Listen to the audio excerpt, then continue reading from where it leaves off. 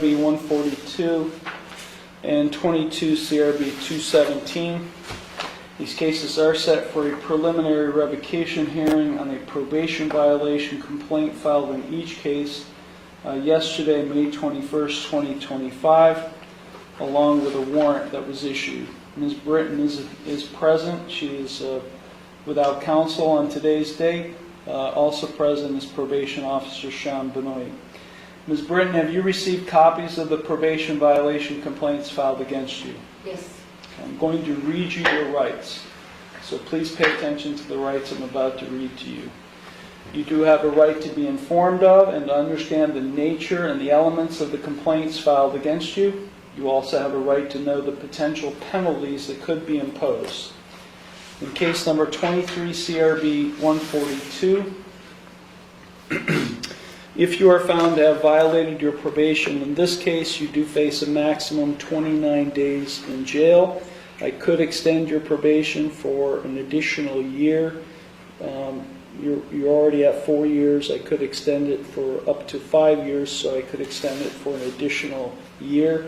And or I could impose more restrictive community control sanctions, more restrictive than what I've already done. Do you understand the maximum penalties you face in that case? Yes. In case number 22 CRB 217, if found to have violated your probation in this case, you do face a maximum jail sentence of 155 days. That is consecutive or in addition to the 29 days in the other case. I could as well extend your probation for an additional 1 year. You're already at 4 years. It would be extended an additional year up to the maximum 5 years, and or I could impose more restrictive community control sanctions, more restrictive than what I have already imposed. Do you understand the maximum potential penalties you face in that case? Yes. You have a right to remain silent and not to say anything during this hearing that might incriminate yourself. Any statement you make could be used against you. You also have a right to another hearing, which we call a final revocation hearing. At that final revocation hearing, you would have a right to cross-examine witnesses and to confront evidence presented against you. You would have a right to subpoena witnesses to testify in your behalf. You would have a right to be proven guilty by a preponderance of the evidence and a right not to testify. You also have a right to have an attorney represent you in these cases.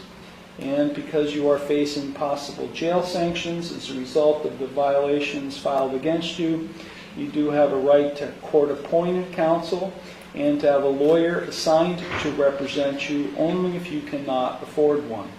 If you do qualify for court-appointed counsel, there's a $25 application fee and a $50 cost reimbursement assessment that apply.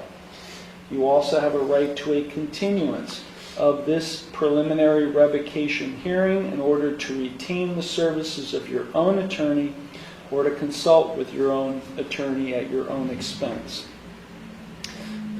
If you are convicted of having violated the terms of your probation in either or both of these cases, you do have a right to appeal the conviction or sentence. That must be done within 30 days of the conviction. And you would be entitled to a court-appointed attorney in the Court of Appeals if you receive a jail sentence and cannot afford a lawyer. If you plead not guilty to these probation violation complaints today, I will set your case for further proceedings, that being a final revocation hearing, and I would set a bond. A bond is set by the court to ensure your appearance at all future proceedings, as well as to protect public safety, and today you have the right to a reasonable bond. You have 2 plea options that are available to you with respect to each of these probation violation complaints. You can either plead guilty or not guilty. If you plead guilty, that is a complete admission by you to the offense or to the complaint filed. If you plead guilty, the court will find you guilty and then I will impose sentence. The second option is you can plead not guilty. If you plead not guilty, that is a denial by you to the complaint filed. And as I said earlier, if you plead not guilty, I'll set your case or cases for a final revocation hearing in the near future, and I will set a bond. Do you understand all of the rights and plea options I've just explained to you? Yes. Okay. Officer, could you raise your right hand? Do you solemnly swear or affirm that the testimony you're about to give is the truth, the whole truth, and nothing but the truth, so help you God? I do. Okay, please state your name, your position, and the basis for the probation violation complaints filed against Ms. Britton. Yes, Your Honor, my name is Sean Benoit. I'm the City of Conneaut probation officer, and the basis of the complaint is that she failed to maintain contact with the adult of probation, failed to appear for a scheduled appointment on the 20th of May of 2025, and she failed to keep me updated of her correct residence. The building manager had moved her stuff out of her apartment at 10/11/6 on the 15th, which was last Thursday. I don't know what date she moved out. He mentioned the day before, and then I got word that she was staying in another residence. Ms. Britton did mention to me that she was planning on moving out and moving into a residence, no address known, with a Mr. Dennis Brundage. I don't know whatever came of that, Your Honor. Okay. Do you have any questions for Officer Benoit? I spoke with him on Thursday, it was, or the day that we spoke, and he said I had an appointment to come last week, and he was going to get a hold of me this week to come. Well, in my process of moving, my phone's come up missing. Yeah, I don't want you to, I'm not asking you to testify. No. I'm not asking you to say anything. No, I have no questions. So, do you have any questions for him? No?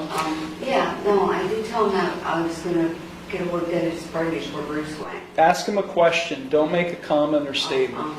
I don't have Okay. The court does find, based on the testimony, that there is probable cause that exists for the filing of probation violation complaints. Okay, Ms. Britton, we're going to start with the first case, the most recent, 23 CRB 142. This is where you were convicted of possession of drug paraphernalia. There are 29 days of jail that are suspended in this case. How do you plead to the probation violation complaint filed against you on May 21st, 2025? May 21st, 2025. Both of those complaints that you have in your possession were filed on May 21st, 2025. I guess guilty because I've explained to you the two plea options, guilty or not guilty. Guilty is a complete admission by you to the complaint filed. Not guilty is a denial by you to the complaint filed. Can I ask a question? It's about me not getting a hold of him and stuff, right? You just heard him testify to the basis of the complaints. You wish to plead not guilty? Yes, I did get it. Okay. And to the probation violation complaint filed in 22 CRB 217, which essentially contains the same allegations. How do you plead with that complaint?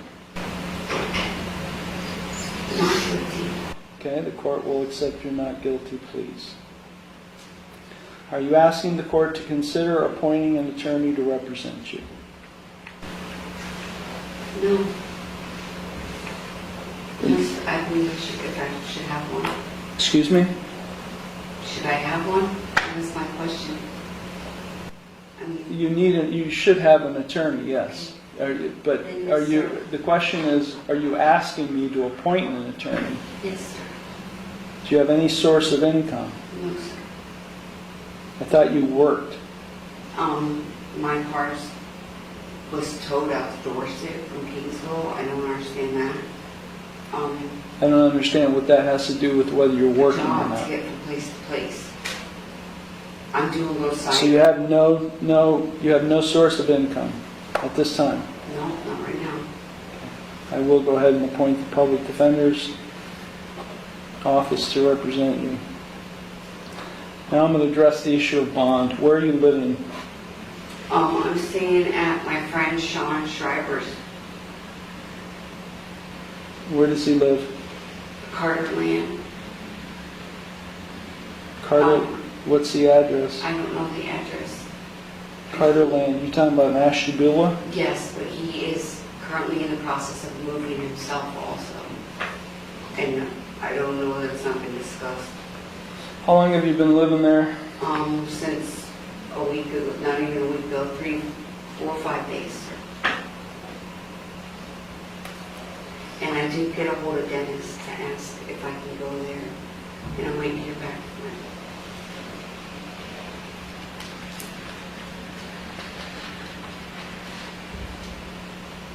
Officer, do you have any opinion as to bond in this case? She has reported in when she, besides this one incident, it was the only time she's never not reported in, Your Honor.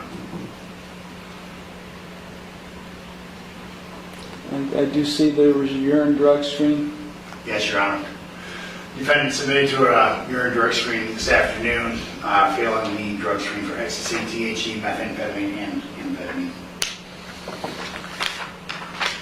How do you think I should act based on the allegations and the test results? How do you think I should react?